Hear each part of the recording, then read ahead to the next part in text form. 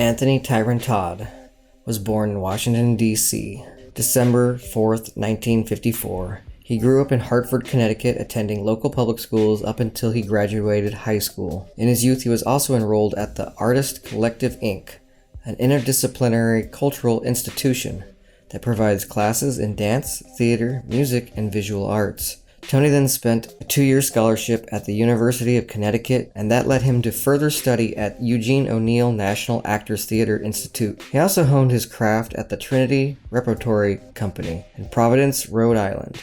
In 1986, he married Fatima Cortez.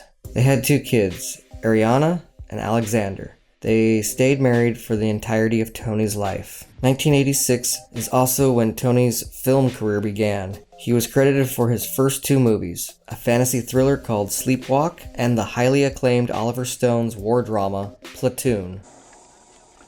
Warren, you stay in, but I need Texan Jr. from your squad. Roger that. With his smoldering charisma and distinctly deep, gravelly voice, by the next year he would have no trouble finding work on both the big screen and the small. He'd soon get his big break in horror with the lead role of Ben in the 1990 remake of Night of the Living Dead.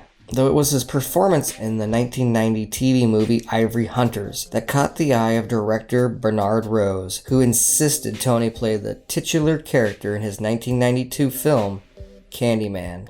This is the role that cemented Todd as a horror icon.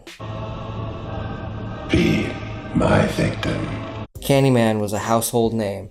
It spawned 2 sequels and a remake. He was an urban legend to children who haven't even seen the movies. But dare they speak his name 5 times in a mirror? He'd reoccurringly show up in other horror franchises as well, like Final Destination and Hatchet.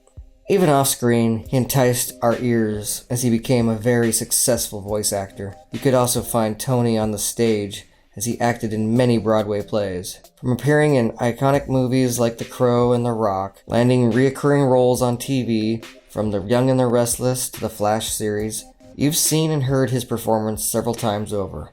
He was everywhere and the world was a better place for it. So here at Horror Addicts, we are very proud to honor the late and great Tony Todd with the Lifetime Achievement Award in Horror. Here's looking into the mirror and wishing you were still here.